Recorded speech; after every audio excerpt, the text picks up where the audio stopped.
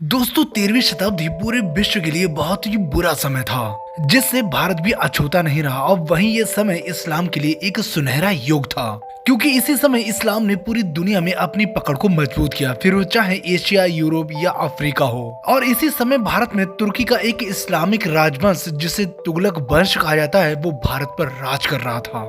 और इसी राजवंश में एक ऐसा राजा भी था जो सन की अय्याश होने के साथ साथ गे भी था, जिसे औरतों का तो शौक था ही, उससे ज्यादा वो मर्दों का शौक रखता था। और जो भी आदमी उसे खुश कर देता वो उसे इतनी दौलत देता था जितनी वो अपनी पूरी जिंदगी में कमा नहीं पाता। दोस्तों हम बात कर रहे हैं तुगलक वंश के मोहम्मद बिन तुगलक की, जिसका जन्म 1290 में हुआ था। इसका पिता गयासुद्दीन तुगलक था, जो उस समय दिल्ली का सुल्तान था।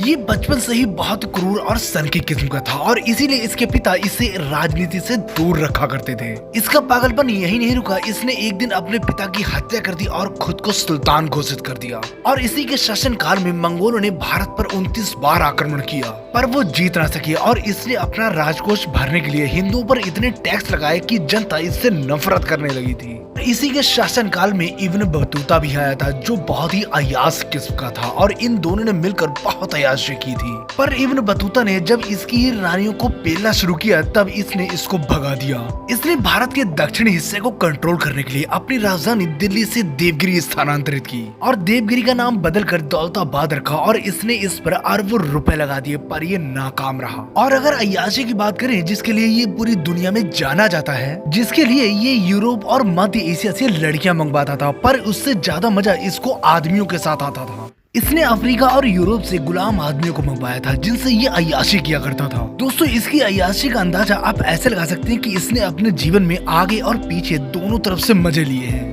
यानी लेता तो था ही, पर उससे ज्यादा देता था। दोस्तों इसकी कई बेटियां थी, पर उसकी एक बेटी को किसी गुलाम ने पेल दिया था, तो इसने सजा के तौर पर उसका लिंग ही कटवा दिया। दोस्तों इससे आप अंदाजा लगा सकते हैं कि इसने अपनी जिंदगी कैसी जी होगी। वैसे दोस्तों आपको मोहम्मद बिन तुगलक की अय्याशियों के बारे में क्या कहना है, कमेंट करके जरूर बताएं। और अगर आपको ये वीडियो अच्छा लगा हो तो प्लीज सब्सक्राइब करें, क्योंकि हम ऐसे ही रियल और इंटरेस्टिंग वीडियो लाते रहते हैं।